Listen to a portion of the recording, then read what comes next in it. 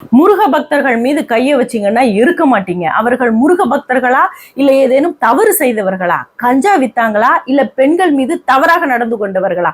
அவர்கள் அனைவரும் முருக பக்தர்கள். அமைச்சர் சேகர் பாபு அவர்களும் ரகுபதி அவர்களுக்கும் வெக்கமா இல்ல?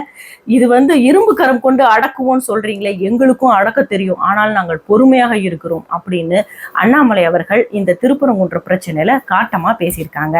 ஆனா இந்த பக்கம் அமைச்சர் சேகர் பாபு அவர் என்ன சொல்றாரு அப்படின்னா, இது நீதி தேவதையின் அரசு. எச் ராஜா அவர்களுக்கும் அண்ணாமலை அவர்களுக்கும் நாங்கள் சொல்லக்கூடியது ஒன்றே ஒன்றுதான். எங்கள் முதல்வர் எங்களை எல்லாம் அடக்கி வாசிக்க சொல்லியிருக்கார். எங்கள் முதல்வர் எங்கு தவறு நடந்தாலும் இரும்பு கரம் கொண்டு அடக்குவார் அப்படின்னு சொல்லியிருக்காரு. அது மட்டும் இல்ல, அந்த பகுதி அல்லாத மக்களும் இந்த பிரச்சனையை கையில் எடுத்திருக்கிறாங்க அப்படின்னு சொல்லியிருக்காங்க. கோர்ட் அனுமதி அளித்த பிறகு ஒரே மணி நேரத்துல அங்க கூடின பக்தர்கள் லட்சக்கணக்கானவர்கள் முருக பக்தர்கள். உலகம் ஃபுல்லா இருக்கக்கூடியவர்கள் முருக பக்தர்கள். அதனால அமைச்சர் அவர்களே, இது பகுதி சார்ந்த பிரச்சனை கிடையாது.